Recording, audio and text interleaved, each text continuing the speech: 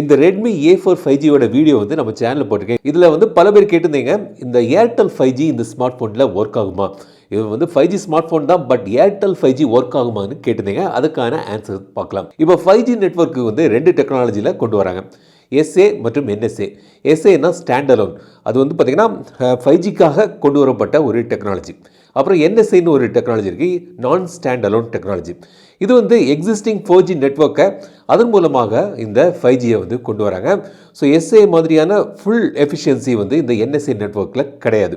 இப்போ இந்தியாவில் வந்து பார்த்திங்கன்னா ஜியோ வந்து பார்த்திங்கன்னா SA stand alone technology use பண்ணுறாங்க. ஏர்டெல்லில் SA இல்லை, NSA யூஸ் பண்ணுறாங்க. ஸோ அவங்களோட எக்ஸிஸ்டிங் 4G நெட்வொர்க்கில் இந்த 5Gயை கொண்டு வந்து டிஸ்ட்ரிபியூட் பண்ணுறாங்க. ஸோ இந்த ரெட்மி A4 5G வந்து SA நெட்வொர்க் மட்டும் தான் சப்போர்ட் இருக்குது. இதில் வந்து பார்த்திங்கன்னா இந்த SA கனெக்டிவிட்டி ஆப்ஷன் மட்டும் தான் இருக்குது. அதனால் ஜியோ ஒர்க் ஆகும், ஏர்டெல் 5G இதில் ஒர்க் ஆகாது. 4G ஒர்க் ஆகும், 4G ப்ளஸ் கூட ஒர்க் ஆகும். பட் இந்த 5G வந்து இதில் பார்க்க முடியாது இந்த ஸ்மார்ட் ஃபோனில். ஏர்டெல் வந்து பார்த்திங்கன்னா வெகு விரைவில் அவங்களும் வந்து இந்த SA டெக்னாலஜியை வந்து கொண்டு வர போகிறாங்க 5Gக்கு.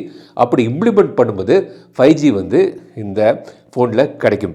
பட் இப்போதைக்கு ஜியோ 5G ஒர்க் ஆகும், ஏர்டெல்லில் 4G ப்ளஸ் வந்து இதில் வந்து கிடைக்குது, 5G கிடையாது. ஸோ இந்த வீடியோ உங்களுக்கு பிடிச்சிருந்தால் லைக் பண்ணுங்கள், ஷேர் பண்ணுங்கள்.